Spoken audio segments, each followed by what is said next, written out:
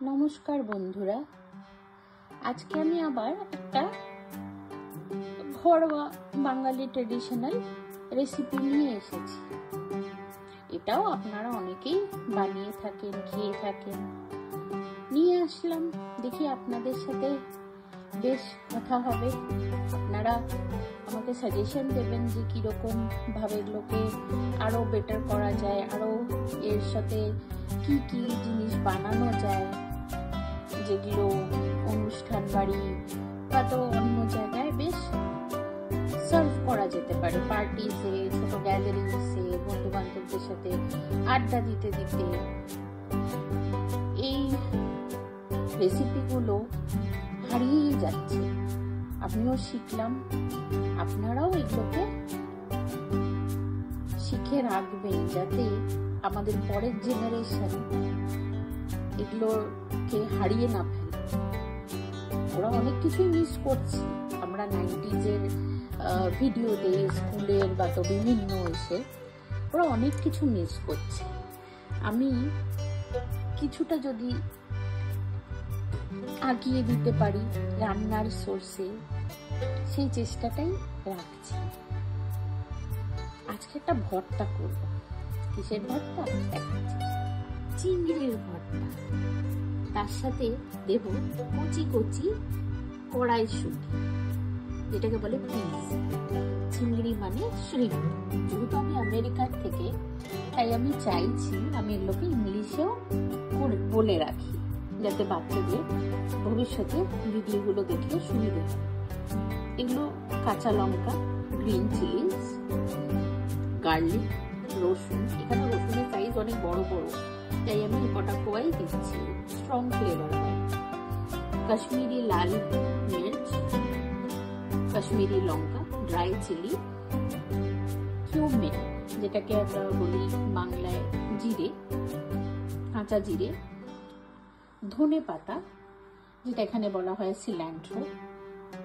এই কটা জিনিস দিয়ে আমি বানিয়ে ফেলবো। অবশ্যই নুন আর হলুদ পড়বে। আর ভর্তা সব সময় কাঁচা তেল, মানে সর্ষের তেল।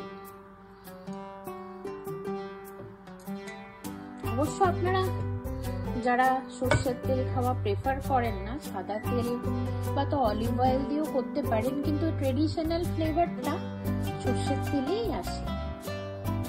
আর মাঝে সাঝে সর্ষের তেল খাওয়া আমি জানি না, কিন্তু আমার ডেইলি বাড়িতে কিন্তু রান্নাটা সর্ষের তেলেই হয়। আমি স্যালাড ট্যালাড অলিভ অয়েল দিয়ে খাই, অ্যাভোকাডো অয়েল দিয়ে খাই, কিন্তু সর্ষের তেলটা আমার মনে হয় হেলদি, ইভেন শরীরটাকে গরম রাখে, ভালো রাখে। তাই আমি এটাতে ফার্স্টে দিয়ে দেব লঙ্কাগুলো, যাতে এটা বেশ ক্রিস্পি হয়ে যায়। আমার হাতে অল্প জল ছিল, যেহেতু আমি চিংড়ি মাছটা আর এই কড়াইশুঁটিগুলো ধুয়েছি, তো হাতে ছিল জল। আমি এটাকে ভেজে নিচ্ছি যাতে একটু এটা ক্রিস্পি হয়ে যায় আর বাটার সময় একটা সুন্দর ফ্লেভার দেয়।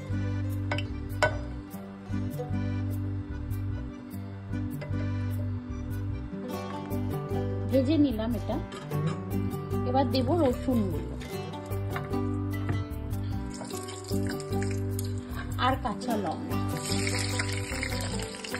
আপনারা চাইলে এটাতে পেঁয়াজও দিতে পারেন। আমি পেঁয়াজটাকে অ্যাভয়েড করছি, আমার রসুন দিয়েই ভালো লাগে। রসুন পেঁয়াজ দুটোই দেওয়া যায়, কিন্তু আমি কাঁচা লঙ্কা, রসুনের ফ্লেভারটাই ভালো লাগে। পেঁয়াজটা দিলে না একটু মিষ্টি মিষ্টি হয়ে যায়। যেহেতু কড়াইশুঁটিটাও মিষ্টি, তাই আমি আর দিচ্ছি না।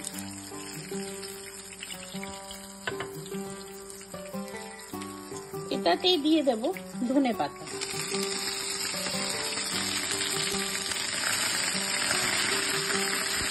ধনে পাতাতেও জল রয়েছে, তাই এটা ফুটে যাচ্ছে।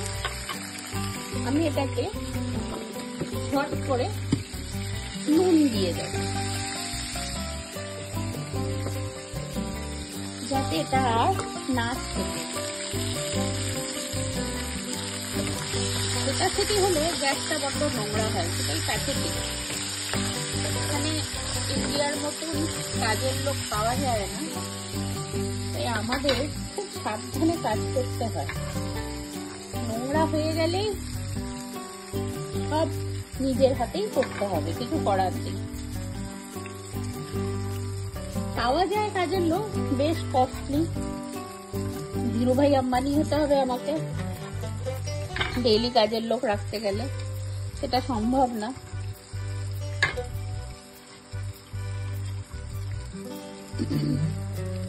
তাই আমি চেষ্টা করি যাতে সেটা সেটির ব্যাপারটা একটু কম হয়। এটাতেই দিয়ে দেব চিংড়ি মাছগুলো।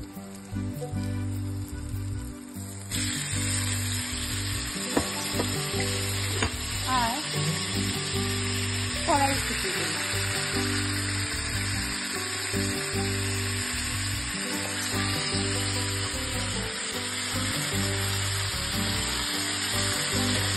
আপনারা যদি এত কচি কচি কড়াইশুঁটি না পান, আপনারা কিন্তু ডাইরেক্ট কড়াইশুঁটি দিয়েও করতে পারেন। মানে এরকম স্কিন ছাড়া ফ্রেশ কড়াইশুঁটি দিয়েও করা যেতে পারে।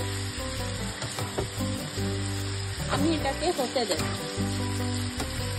আর হলুদটা আমি এখন দিচ্ছি না, কেন কি হলুদ না বেশি ভাজা হলে ওর যে গুণটা নষ্ট হয়ে যায়।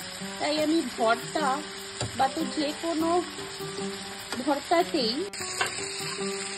এটা অলমোস্ট হয়ে গেছে, যাতে কাঁচা কাঁচা কোনো ভাবই না থাকে। বাটার পরে তো রান্না হবে না, তাই আমি এটাকে ভালো করে ভেজে নিই।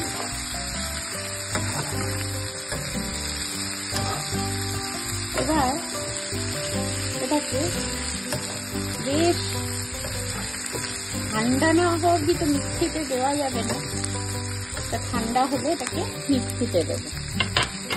আর এরপরেই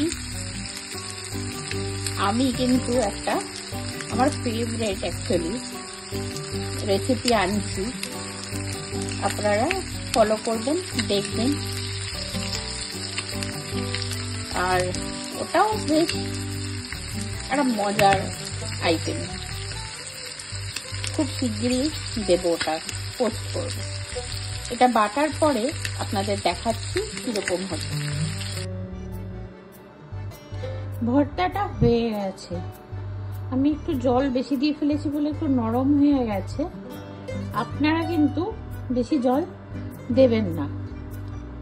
আমি ভেবেছি এই জলটাকে কমানোর জন্য খাওয়ার আগে আবার একটু সরষের তেল দিয়ে কড়াইতে নাড়িয়ে চাড়িয়ে নেব, যাতে জিনিসটা ড্রাই হয়ে যায়। আপনারা জলটা কমই দেবেন। আসছি আবার আর একটা ভিডিও নিয়ে। এটা ফাইনালি ডান। আমি একটু নরমই রাখলাম, কেন কি বেশি শক্ত করে দিলে আমার মনে হয় যেন খাবারের পুষ্টিটাই চলে যায়। মুখে অবশ্যই বেশি স্বাদ লাগে, কিন্তু ওরকম কষিয়ে কষিয়ে কষিয়ে করলে খুব ড্রাই হয়ে যায়। অত ড্রাই আমরা খেতেও পারি না আমরা। প্লাস এরকম থাকলে একটু ভাতের সাথে মেখে খাওয়া যায়। ভাতটা তো শুকনো, একটু মেখে মেখে খাওয়ার মতন রেখেছি। আশা করছি আপনাদের ভালো লাগবে। খুব সুন্দর গন্ধ বেরিয়েছে, দারুণ একটা স্মেল আসছে। আসছি আবার একটা ভিডিও নিয়ে খুব শিগগিরই। আপনারা বলুন না আর কি বানানো যায়।